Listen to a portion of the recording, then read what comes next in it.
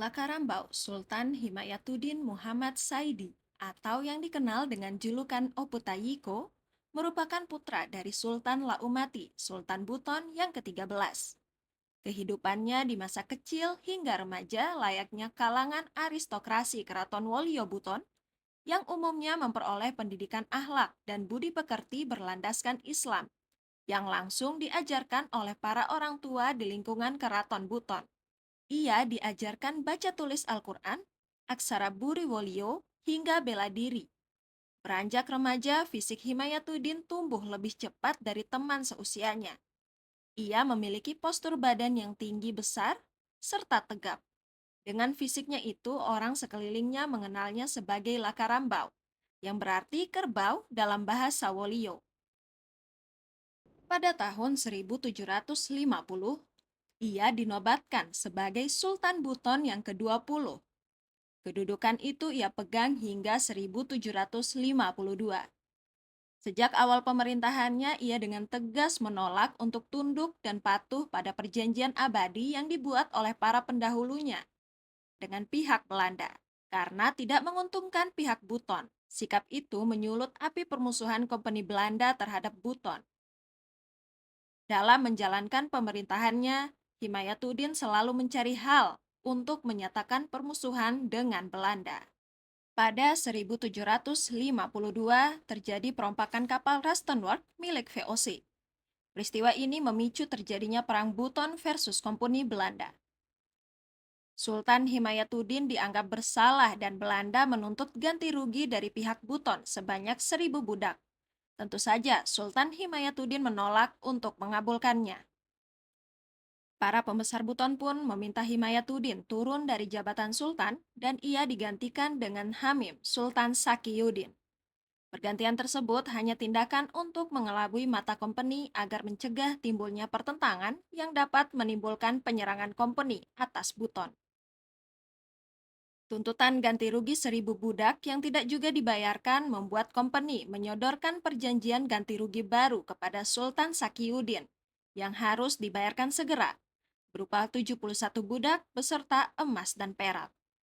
Sultan Sakiyuddin menyetujuinya. Ia pun mengirim 80 orang budak, tapi yang ia kirim adalah orang-orang berlanjut usia dan anak-anak di bawah umur yang tidak ada gunanya bagi Belanda. Dan itu malah menambah beban pembiayaan yang harus dikeluarkan oleh Belanda untuk mengurangi biaya hidup mereka dan kemungkinan mati, maka Belanda menjual mereka di pelelangan umum. Belanda mengancam akan menyerang Buton bila tidak segera melunasi utangnya dan tidak akan diberitahukan lebih dahulu kepada Buton. Malah, semua akan dilakukan secara rahasia dan mendadak. Ancaman Belanda tersebut tak lepas dari laporan yang diberikan oleh Petzold yang menyatakan bahwa pihak Kesultanan Buton telah bersiap untuk berperang dengan Belanda.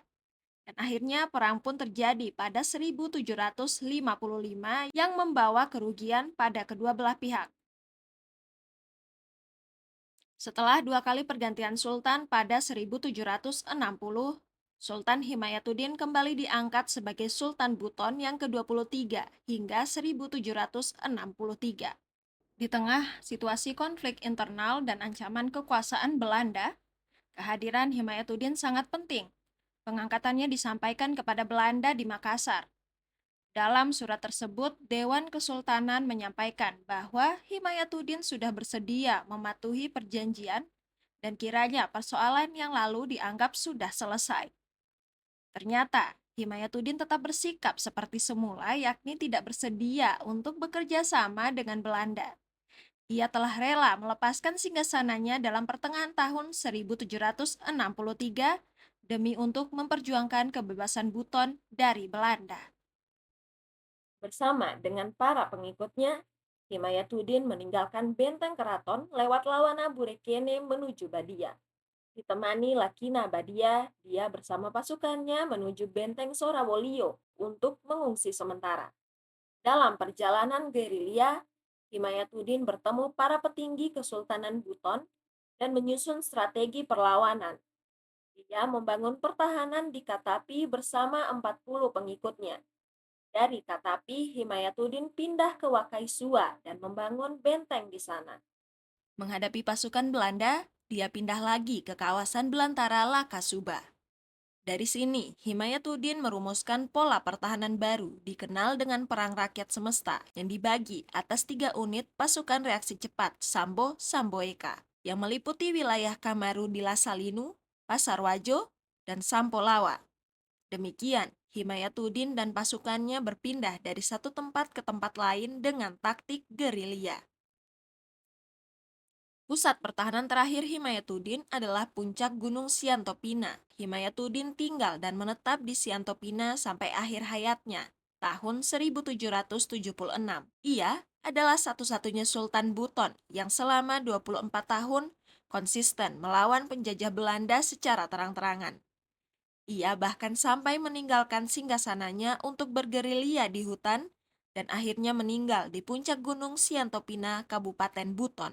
Itulah mengapa ia dijuluki sebagai Oputayiko, yang bermakna tuanku yang bergerilya di dalam hutan. Pada tahun 2019, negara mengakui jasa-jasanya dan menganugerahkan gelar pahlawan nasional kepada Sultan Himayatuddin Muhammad Saidi.